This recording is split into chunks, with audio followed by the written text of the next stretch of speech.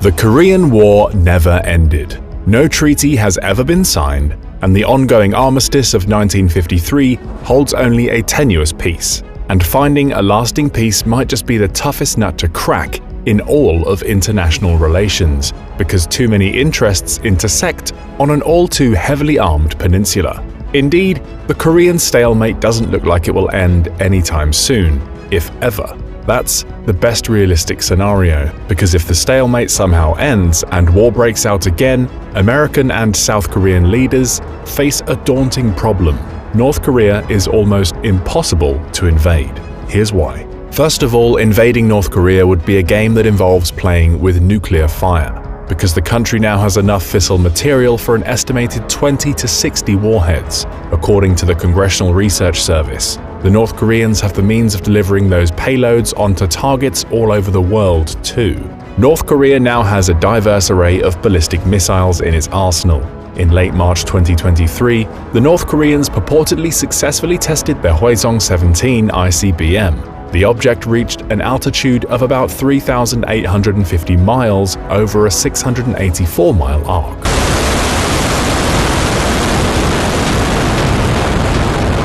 If this object were to fly on a traditional ballistic missile arc, it would have a range of over 9,320 miles, making it capable of hitting any target in the continental United States. The Hwasong-17 may potentially be able to carry more than one warhead too. North Korea also has the 6,460-mile Hwasong-14 and 877-mile Hwasong-15, giving it the ability to reach most targets in the United States. Even if the Hwasong-17 doesn't work, it is still controversial. And there lies the first problem in invading North Korea. In the past, strategic retaliation by the North Koreans would have been impossible.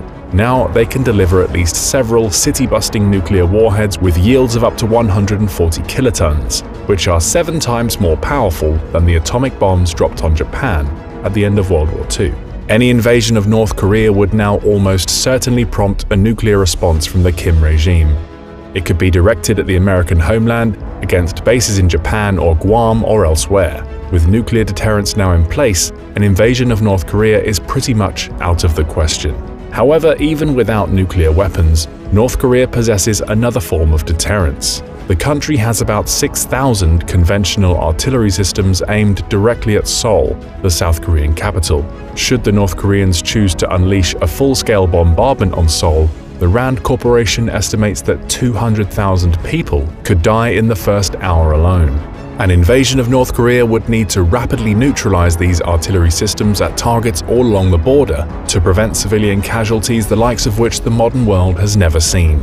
Although American and South Korean intelligence undoubtedly knows where some of these systems are positioned, it's impossible to take all of them out in time to prevent significant loss of civilian life. North Korea has another ace up its sleeve when it comes to making invasion impossible: its alliance with the Chinese Communist Party. The North Korean regime depends on China's support for its continued existence. It is through trade with China that North Korea can get around the otherwise crippling economic sanctions imposed on the so-called Hermit Kingdom by the rest of the world. Without Chinese imports, North Korea would quickly descend into anarchy, as it would lack food, energy, and other essentials. However, the relationship between the two countries hasn't always been on the best of terms. Even so, the North has significant leverage over China, despite its economic disadvantage. China is not always enamored with the North Korean regime, but it needs the Kims to stay in power for 2 reasons. First, North Korea is one of China's only allies on the Pacific Basin. Eastward, from Japan to Indonesia, is a string of American allies or nations friendly to the United States. Geopolitical observers call this area the first island chain. This string of islands effectively cuts China off from the Pacific and Indian Oceans and threatens Chinese shipping. Having North Korea as a projection onto the sea helps China to prevent complete encirclement and to keep American or American-aligned military forces off its land border. The possibility of American soldiers being stationed on that land border was the reason China intervened in the Korean War in the first place. The second reason that China has a keen interest in keeping the Kims in power is because if North Korea were to become destabilized, it would be dealing with millions of refugees flooding its border and causing chaos in the Chinese homeland. These are two unacceptable scenarios for Beijing, and as a result, any invasion scenario that involves North Korea will almost certainly see China get involved, just like it did in the Korean War. For all these reasons, the Kim regime rightly feels secure in its power over its hermit kingdom. The costs of mounting an invasion are simply too high in any realistic scenario. But what if, in a hypothetical scenario, it was necessary for the United States to lead another international coalition in a war on the Korean Peninsula? Would it even be possible to invade North Korea? Any land assault would be harrowing. To mount a northward offensive, Allied forces would first need to pass through the Demilitarized Zone, or DMZ, at the border, the only available land route to invade the country. The Korean DMZ is the most heavily fortified piece of land in the world. Millions of landmines span its 160-mile width. In addition to the mines, the North has built an electrified fence, and countless watchtowers would make excellent sniping outposts and machine gun nests. Although these would be spotted and taken out by artillery or air power, they would nevertheless slow the Allied advance and cause significant casualties in the opening hours of the war.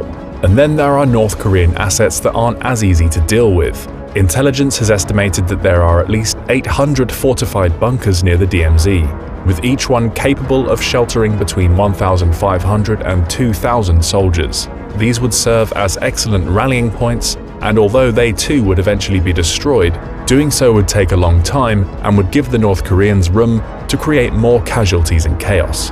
North Korea also has a large army, one of the largest armies in the world at about 1.2 million personnel as of 2020, and about 70% of its army is within 50 miles of the DMZ.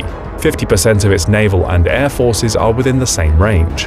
Not all of the people stationed at or near the DMZ are combat troops, but the North still boasts a huge amount of armed soldiers and platforms within a short and narrow range to concentrate firepower on any enemy invasion force. North Korea has also now created a formidable short and intermediate range ballistic missile force, which it will bring to bear in the event of an invasion. Several of its missiles can reach ranges between 930 and 2,795 miles. Even if the North Koreans decide to use only conventional payloads, these missiles can do serious damage to American bases in the region from Japan all the way to Guam. North Korea has already displayed enough ballistic missiles in its military parades alone to potentially overwhelm American missile defense systems like the THAAD. While estimates of the North's total number of ballistic missiles are hard to come by, there are more than enough to cause significant damage to American bases throughout the Pacific, even if the attacks do not escalate to the nuclear level. These ballistic missiles would not only potentially wreak havoc on American and Allied forces on the Korean Peninsula, but threaten their supply lines coming from Japan and elsewhere. North Korea also likely has or is developing tactical nuclear weapons that do not rise to the level of city-destroying yields, but would cause mass casualties against enemy forces on a battlefield. The North would certainly use them against an invasion force. There is also no guarantee that an attack across the DMZ would ensure that the North Koreans remain on the defensive. Between 1974 and 2000, the South Korean army found and sealed 4 North Korean tunnels that crossed the DMZ and stretched into the South's territory. There are likely more that have not been found. Although attacks through such channels would not by themselves halt an invasion of North Korea, they have the potential to cause significant chaos in the rear ranks of American, South Korean, and other Allied forces, further stressing supply lines. In fact, North Korea has long had plans for an offensive into the south, should another war on the peninsula break out. This one-blow non-stop attack would likely use chemical weapons in addition to conventional firepower. Kim Jong-il, North Korea's previous dictator, declared in 1992 that a lightning offensive across the DMZ would be able to break all the way to Busan in 3 days, in spite of the concentration of American and South Korean firepower and manpower along the border. While this declaration was typical of North Korean boasting and would be unlikely to succeed in its grand design, the point to take seriously is that the North Koreans have enough manpower and firepower of their own to attack toward the south and potentially would need to be taken seriously in an invasion scenario. The use of tactical nuclear weapons, which the North did not possess when Kim Jong-il made this statement in 1992, would increase the threat. Bypassing the hellish DMZ and attempting an amphibious and airborne assault behind it would theoretically be an option, especially because the United States Navy, assisted by the South Koreans, would quickly establish sea and air supremacy. If there is one saving grace in a war scenario with North Korea, it is that the North's air force is weak. Many of its planes are 1950s-era fighters like the MiG-17, 19, and 21. North Korea even still uses a hefty amount of propeller-driven planes. The best fighters in its fleet are the third-generation MiG-23 and fourth-generation MiG-29 and Su-25, but North Korea probably only has a couple of dozen of these in working order. Because of the technology gap, North Korea's air force would be overwhelmed, and it would only be a matter of time before the American, South Korean, and Allied air forces established air superiority. However, what the North Koreans lack in quality, they make up for in quantity. The North Koreans have hundreds of planes and only need to patrol a limited airspace. These planes could harass and delay the invasion, increasing the costs even as the North Korean Air Force inevitably gets decimated in the process upon encountering hostile aircraft and modern air defense systems. However, North Korea's aircraft would not be the only threat to Allied planes. North Korea has been testing surface-to-air missiles as fervently as it has tested ballistic missiles. First, there is the KN-06, a medium-range system similar to Russia's S-300. A longer-range system closer to Russia's S-400 was also tested in September 2021. These systems and North Korea's liberal amount of anti-aircraft artillery units would create significant casualties even against modern aircraft. If North Korea lacks a modern air force, it can make up for it to a certain extent with a far more modern air defense system. And North Korea's ballistic missiles potentially carrying tactical nuclear warheads, those would pose a big problem for an amphibious assault scenario. The North Korean Army, the KPA, may be far less formidable than it appears on the parade grounds. Its soldiers are often not in top condition. One famous escapee in 2017, Oh Chong-song, had several large parasitic worms in his stomach.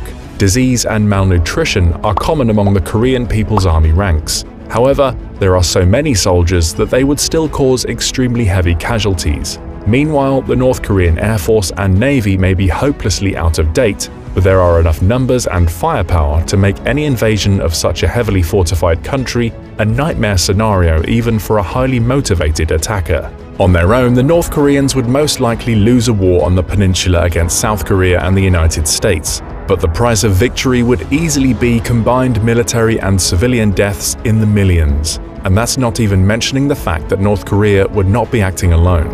So far in our actual invasion scenario, we have not talked about the force that China could and would use to multiply North Korea's advantages. Because as we said in the start of this video, no Korean War II scenario would pass by without China getting involved in some way. China's People's Liberation Army, the PLA troops, are unlikely to be in worse shape than their North Korean counterparts and would add a hefty amount of manpower to the already dense defenses in the North's territory. China's PLA is the world's largest army with almost 2.2 million soldiers on active duty, and China would have the luxury of being able to concentrate most of these forces in the Korean theater, while the United States' worldwide military commitments would make America less able to do so.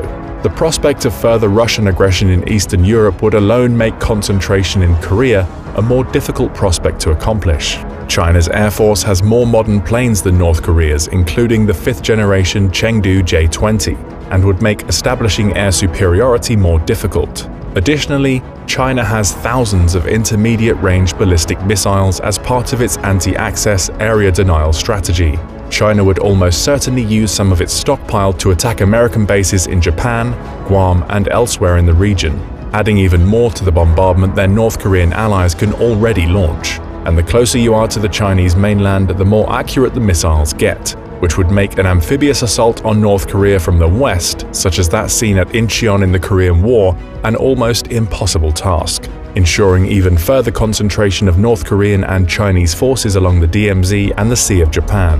The Chinese missile threat would also make the supply situation, already tricky, even more difficult. With the likely destruction of Seoul, the use of weapons of mass destruction, and the risk of escalation into a general war between the United States and China, we should be thankful that the stalemate on the Korean Peninsula continues. The North Korean regime is an affront to all of humanity, but unfortunately, the Kims have successfully entrenched themselves into an almost unassailable position where stalemate is the least bad among a litany of bad options, all of which make North Korea practically impossible to invade.